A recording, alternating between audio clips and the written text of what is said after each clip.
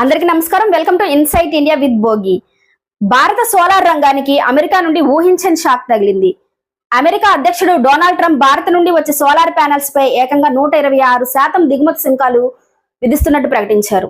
అసలు అమెరికా ఇప్పుడు మనపై ఎందుకు ఇంత కోపంగా ఉంది? మన సోలార్ కంపెనీల పరిస్థితి ఇప్పుడు ఏంటి? షేర్ మార్కెట్ ఎందుకు కుప్పకూలింది? ఈ విషయాలన్నీ ఈ రోజు వీడియోలో వివరంగా తెలుసుకుందాం. అమెరికా కామర్స్ డిపార్ట్మెంట్ తాజాగా ఒక ప్రకటన విడుదల చేసింది. భారత్ తన సోలార్ తయారీదారులకు అనవసరమైన సబ్సిడీలు ఇస్తుందని, అందుకే వారు చాలా తక్కువ ధరకే అమెరికాలో ప్యానెల్స్ అమ్ముతున్నారని ఆరోపించింది.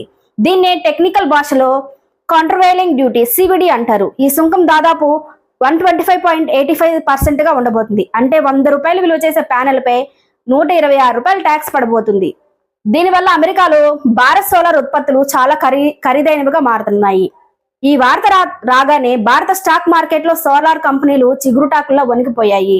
ముఖ్యంగా వారి ఎనర్జీస్ షేరు 15% పడిపోయింది. ఎందుకంటే వీరు ఆర్డర్ బుక్ లో అమెరికా మార్కెట్ వాటా చాలా ఎక్కువ.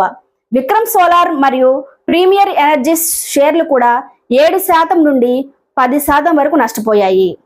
అయితే వారి కంపెనీ వారు దీనిపై స్పందిస్తూ తమకు అమెరికాలోనే ఫ్యాక్టరీలు ఎక్కువగా ఉన్నాయి కాబట్టి ఈ ప్రభావం కొంతవరకే ఉంటుందని ధీమా వ్యక్తం చేస్తున్నారు. భారతదేశం ప్రస్తుతం ఏడాదికి 160 గిగావాట్ సోలార్ ప్యానెల్స్ తయారు చేసే సామర్థ్యాన్ని కలిగి ఉంది. కానీ మన దేశీయ అవసరాలు కేవలం 40 to 45 గిగావాట్స్ మాత్రమే. మిగిలిన 120 గిగావాట్స్ ను మనం ఇతర దేశాలకు ఎగుమతి చేయాలి. ఇప్పటి వరకు అమెరికా మనకు అతిపెద్ద కస్టమర్. ఇప్పుడు అమెరికా తలుపులు మూసుకుపోతే భారత కంపెనీలు యూరోప్ లేదా మిడిల్ ఈస్ట్ దేశాల వైపు చూడక తప్పదు. మరి ఈ సుంకాలపై తుది నిర్ణయం జూలై 6, 2006 రానుంది. అప్పటి వరకు ఈ అనిశ్చితి కొనసాగుతూనే ఉంటుంది. మరి మోదీ ప్రభుత్వం దీనిపై ట్రంప్ ప్రభుత్వంతో ఎలా చర్చిస్తుందో చూడాలి. ఈ వీడియో మీకు నచ్చితే లైక్ చేయండి, మీ ఫ్రెండ్స్ కి షేర్ చేయండి. మరిన్ని బిజినెస్ అప్డేట్స్ కోసం ఇప్పుడే సబ్స్క్రైబ్ చేసుకోండి. Thank you for watching.